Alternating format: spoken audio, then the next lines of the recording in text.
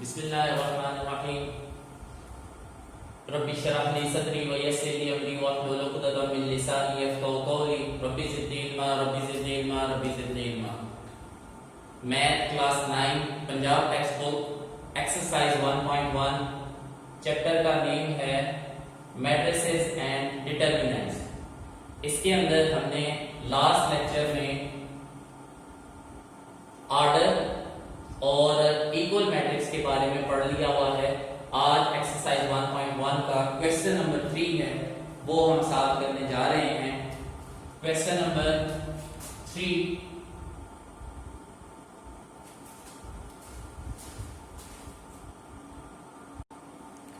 ये हमारा question number 3 है। Find the value of A B C D which satisfy the matrix equation. हमने A B C D की value निकालनी है जो कि मैट्रिक्स इक्वेशन को सेटिस्फाई भी करेगी। अब इक्वेशन के ऊपर जरा गौर करें तो हमें तो बजाय कोई चीज समझ नहीं आ रही कि क्या किया जाए, लेकिन अगर आप थोड़ा सा पिछले लेक्चर को अपने माइंड में रखें तो आपको बताया गया था इक्वल मैट्रिसेस, इक्वल मैट्रिक्स के बारे में बताया गया था, जिसके अंदर हम दो मैट्रिसेस लेते थे और दोनों की दो चीजें चेक करते थे। नंबर 1 ऑर्डर चेक करते थे और उसके बाद एलिमेंट्स को चेक करते थे क्या एक जैसे हैं या नहीं है। तो पहले चलें इसके ऑर्डर को चेक कर लेते हैं। ऑर्डर सेम है तो यहाँ पे नंबर ऑफ रोज कितनी बन रही है 1, यहाँ पे 2, नंबर ऑफ रोज कितनी होगी 2, कॉलम कितने बन रहे हैं 1 एंड 2। इट्स मीन कि इसका जो ऑर्डर है वो 2 क्रॉस 2 का है। अगली मैट्रिक्स को भी चेक कर लेते हैं। नंबर ऑफ रोज कितनी है 1 एंड 2, नंबर ऑफ रोज 2 हो गई and number of columns check करें 1 एंड 2, नंबर ऑफ कॉलम्स भी कितने हो गए 2 और ऑर्डर क्या बन गया 2/2 का। इसका ऑर्डर भी 2/2 था, इसका ऑर्डर भी 2/2 है। इसका मतलब है ऑर्डर तो सेम है। अब दूसरी चीज एलिमेंट चेक करते हैं। a plus C is equal to आपके पास 0, यानी कि a प्लस सी, यहां पे भी आपके पास a प्लस सी ही होना चाहिए था, लेकिन हमें तो क्योंकि वैल्यूज फाइंड आउट करनी है तो चले देखते हैं वैल्यूज फाइंड आउट करके क्या इस प्लेस के ऊपर 0 आएगा। a प्लस सी की जगह क्या 0 आएगा, क्योंकि यहाँ पे क्या मौजूद है 0। अगर 0 आएगा तो फिर तो ये आपकी इक्वेशन जो है वो सेटिस्फाई करेगी, वरना नहीं करेगी। तो चलिए देखते हैं कि ये कैसे फाइंड आउट करते हैं। अगर हम अपने माइंड में इक्वल मैट्रिक्स की चीजों को ज़हन में रखेंगे फिर आपको सॉल्व करना आसान हो जाएगा। मैंने वहां क्या बताया था आपको, पहला कॉर्नर पहले के इक्वल रखना है तो क्या बनेगा a plus C is equal to 0। मैं तरतीब से चलूंगा तो आपको सॉल्व करना भी आसान होगा और समझना भी आसान होगा। अगला कॉर्नर a प्लस 2b है, a plus 2b। Second corner को सेकेंड कॉर्नर के इक्वल रखना है, -7 आ गया। Third corner c minus 1 is equal to third corner के इक्वल रखेंगे, वो किसके बराबर है 3 के। एंड फोर्थ कॉर्नर आपका फोर्थ कॉर्नर के बराबर आएगा। फोर्थ कॉर्नर है क्या 4d minus 6 is equal to 2d। ठीक हो गया। इस तरह से सॉल्व करेंगे तो आपको सॉल्व करना भी आसान होगा, वैल्यूज जल्दी फाइंड आउट हो जाएगी। अब इसमें से 4 इक्वेशन बनती है 1 2 3 एंड 4। जो आपको आसान लगती है वो पहले सॉल्व कर लें। देखें ये आपके पास c minus 1 is equal to 3 है, ये फौरन से सॉल्व हो जाएगी तो मैं इसको पहले कर लेता हूं। c माइनस 1 है, दूसरी तरफ जाएगा इक्वेशन के तो वो क्या बन जाएगा +1। तो c का आंसर किसके बराबर आ गया आपके पास 4 के बराबर आ गया। देखा ये जल्दी सॉल्व हो गई, इसीलिए इसको पहले अटेम्प्ट किया। अब d की वैल्यू भी जल्दी सॉल्व हो सकती है, उसको पहले कर लेते हैं। 4d ये -6 है, इसको इक्वल के दूसरी साइड पे ले जाएं। 2d पहले भी पढ़ा हुआ है वहां पे, ये -6 इक्वल के दूसरी तरफ जाएगा +6 बन जाएगा। अब 2d इस साइड पे प्लस हो रहा है, इससे पीछे साइन कुछ नहीं है ना, तो इट्स मीन प्लस का साइन है। दूसरी तरफ आएगा तो क्या बन जाएगा, minus 2d is equal to आपके पास 6। 4d में से 2d माइनस करेंगे कितने बच जाएंगे, 2d। 2d is equal to 6।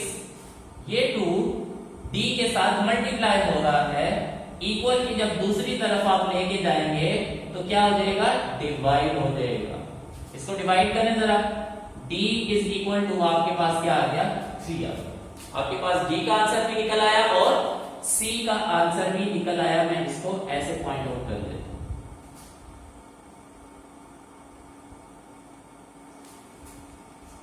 अब मजीद जल्दी किसका आंसर निकाला जा सकता है, इक्वेशन नंबर 1। क्यों, क्योंकि हमें c की वैल्यू तो पता चल चुकी हुई है। c की वैल्यू किसके बराबर आई है, 4 के बराबर आई है ना। इस 4 को मैं यहां पे आगे पुट करूंगा प्लस, आप भी प्लस लिखेंगे। c का आंसर यहां आपने क्या निकाला है, 4, यहां पुट कर लें, इक्वल टू 0। ये प्लस 4 है, दूसरी तरफ जाएगा तो माइनस 4 हो जाएगा। 0 माइनस 4 माइनस 4 आता है। ये आपका a का आंसर भी निकल आया।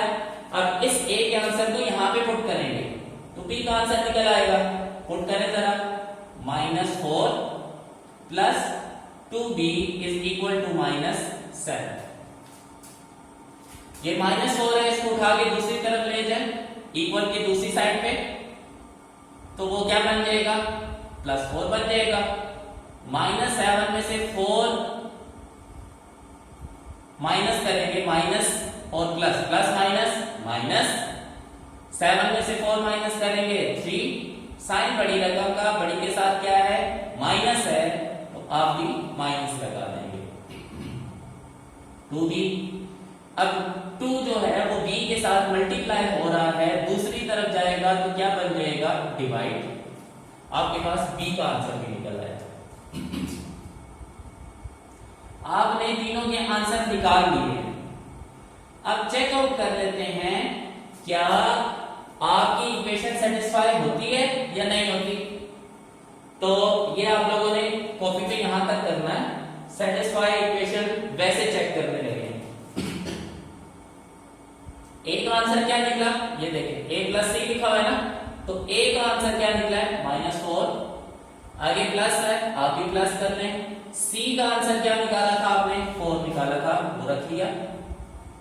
आगे c का आंसर क्या निकाला था, 4, -1 है, मैंने भी रख लिया। इस कार्नर को देखें, a का आंसर क्या निकाला है, -4 निकाला है, प्लस, आप भी प्लस लिखें, 2 आ रहा था। b किसके बराबर निकला है, -3/2 के बराबर, वो पुट कर दिया। 4d किसके बराबर निकला है, 3 के बराबर निकला है ना, 3 पुट कर लेंगे यहां पे, और आगे -6 एंड ब्रैकेट क्लोज। ये चेक कर रहे हैं क्या हमने ठीक किया या नहीं किया। दूसरी तरफ आए तो 0, -7, 3, 2 और d यहां पे भी पड़ा हुआ है, तो d किसके बराबर है, 3 के बराबर निकला हुआ है, वो पुट कर दीजिए। चेक आउट करें जरा क्या उसके बराबर है या नहीं। +4 -4 0 बन जाता है, 4 -1 करें तो 3 बन जाता है, -4, ये 2 और ये 2 कट जाएगा, प्लस माइनस -3, 4 3s are 12 -6, 0, 3, -7 और 3 2s are 6। चेक कर लेते हैं कार्नर एक जैसे आए या नहीं आए। बोर्ड क्योंकि जगह भी बोर्ड पे कम है, इसको सरसरी तौर पे चेक कर लेते हैं। देखिए पहला कार्नर 0, दूसरी साइड पे भी पहला कार्नर 0, यहां पे आपकी वैल्यू 3, इस कार्नर पे भी आपकी वैल्यू 3। इसको जरा सॉल्व करेंगे, इसके बराबर आता है -4 -3, टोटल क्या बन जाएगा, -7 बन जाएगा ना, -7। और इस कार्नर पे भी क्या है आपके पास, -7 है। 12 में से 6 माइनस करें तो 6 बचते हैं, तो इस कार्नर पे भी क्या है, 6 आया है। इट्स मीन कि जो हमने ऊपर वैल्यूज निकाली हैं वो बिल्कुल ठीक निकाली हैं और ये इक्वेशन को सेटिस्फाई करती